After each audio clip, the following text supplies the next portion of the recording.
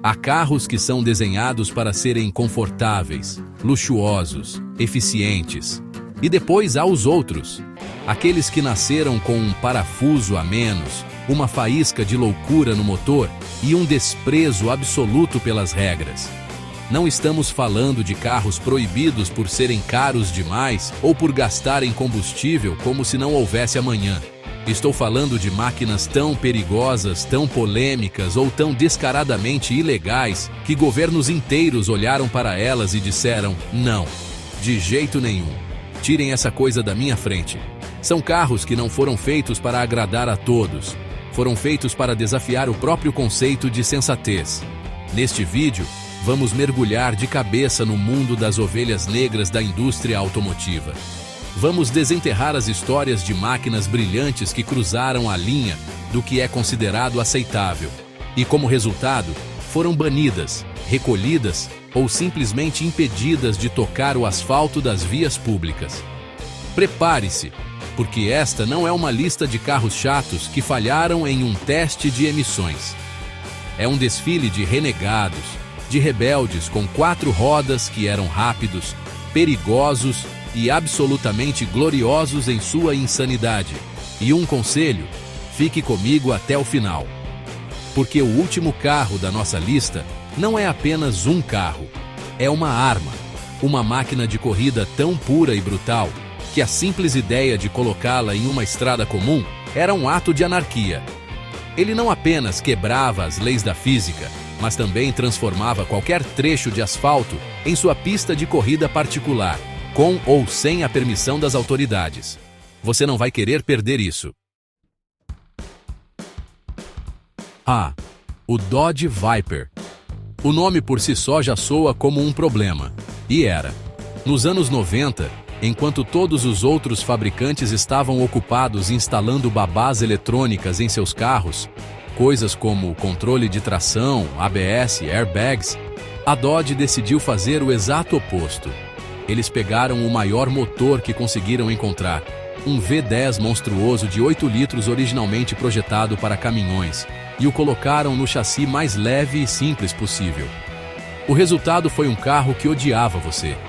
Ele queria te matar. Não havia airbags, não havia controle de tração, não havia nem mesmo maçanetas externas nas primeiras versões. Era só você, um motor gigantesco e uma vontade de sobreviver. Claro, os governos olharam para essa receita para o desastre e entraram em pânico. Em vários países, especialmente na Europa, o Viper era simplesmente indomável demais para os padrões de segurança. Onde estão os airbags? Eles perguntavam.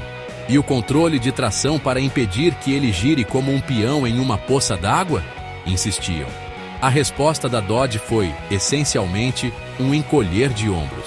O Viper não foi feito para ser seguro, foi feito para ser um Viper. Consequentemente, ele enfrentou restrições severas e proibições diretas. Era um dinossauro americano em um mundo que exigia mamíferos dóceis e domesticados. E por isso mesmo, era absolutamente brilhante. Agora, uma história de mistério, intriga e, possivelmente, uma grande conspiração. Conheçam o General Motors EV1. No final dos anos 90, a GM fez algo revolucionário. Eles criaram um carro elétrico de produção em massa que realmente funcionava. Era aerodinâmico, parecia algo saído de um filme de ficção científica e, mais importante, não tinha um cano de escape.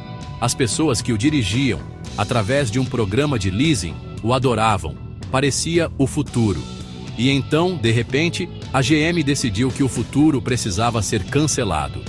Eles recolheram todos os EV1s à força, contra a vontade de seus motoristas apaixonados. A desculpa oficial era um programa experimental que não era financeiramente viável. Mas a história não termina aí. A GM não vendeu os carros. Eles não os guardaram em um museu. Eles os levaram para um deserto e os esmagaram. Todos eles. Transformaram o futuro em panquecas de metal. Isso, como você pode imaginar, deu origem a 1 milhão de teorias da conspiração. Será que a GM cedeu à pressão das grandes petrolíferas? Será que eles temiam que o EV1 canibalizasse a venda de seus lucrativos carros a gasolina? Nunca saberemos a verdade, mas o fato é que um carro inovador e promissor foi deliberadamente exterminado por seu próprio criador, tornando-se uma lenda proibida, um fantasma na história automotiva. De um extremo de tamanho e potência, vamos para o outro. E quando digo outro, quero dizer o menor carro já produzido na história da humanidade, o Peugeot P50. Olhe para ele. É adorável, não é? Parece algo que uma criança ganharia de Natal. Tem 3 rodas, um assento, um farol e um motor de scooter de 49 cilindradas. Você não entra nele, você o veste. Ele é tão pequeno que não tem marcha a ré. Em vez disso, tem uma alça na parte de trás, para que você possa simplesmente levantá-lo e virá-lo na direção que deseja ir. Parece inofensivo, uma piada sobre rodas. E é exatamente por isso que foi proibido em tantos lugares. As autoridades de trânsito olharam para esta coisa e imaginaram-na no meio do tráfego, ao lado de ônibus e caminhões. A vulnerabilidade era absurda. Em uma colisão, a zona de deformação do Peugeot P50 eram as suas pernas.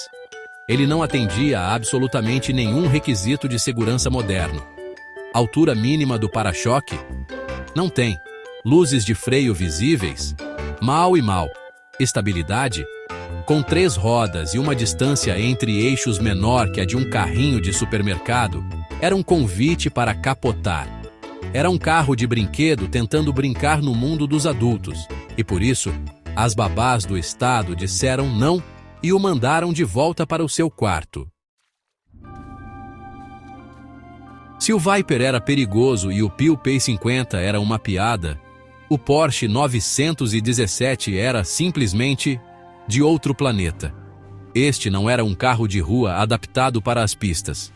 Era uma arma de Le Mans, uma fera de corrida pura sangue, projetada com um único propósito: aniquilar a concorrência na velocidade da luz.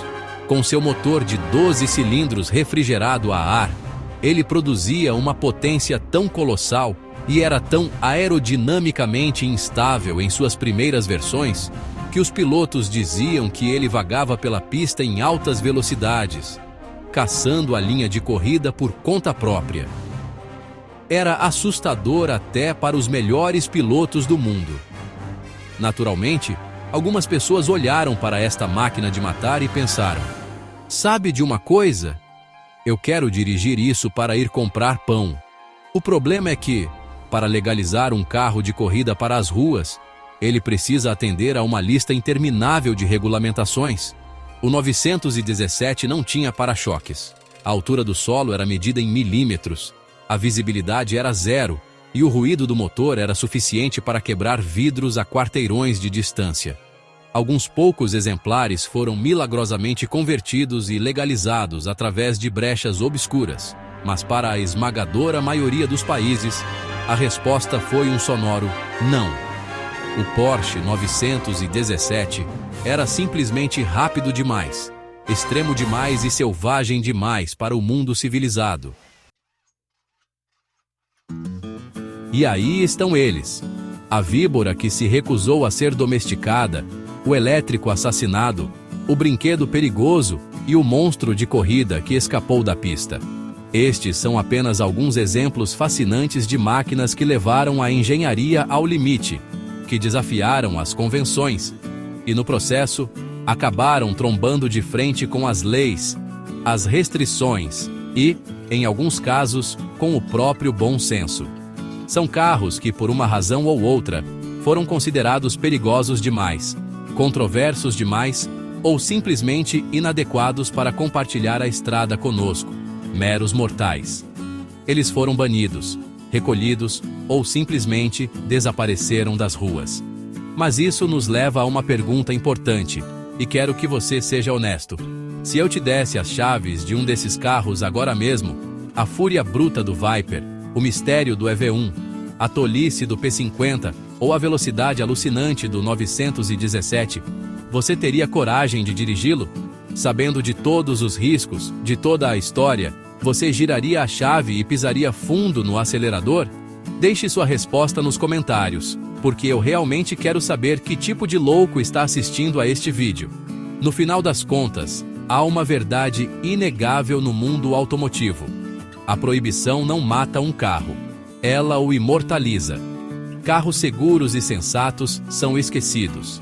Carros que vivem no limite, que flertam com o perigo e que são banidos por serem extremos demais, esses se tornam lendas. Porque quando o assunto é um carro proibido, há uma regra simples e bela: quanto mais perigoso, controverso e ilegal ele for, mais lendário ele se torna.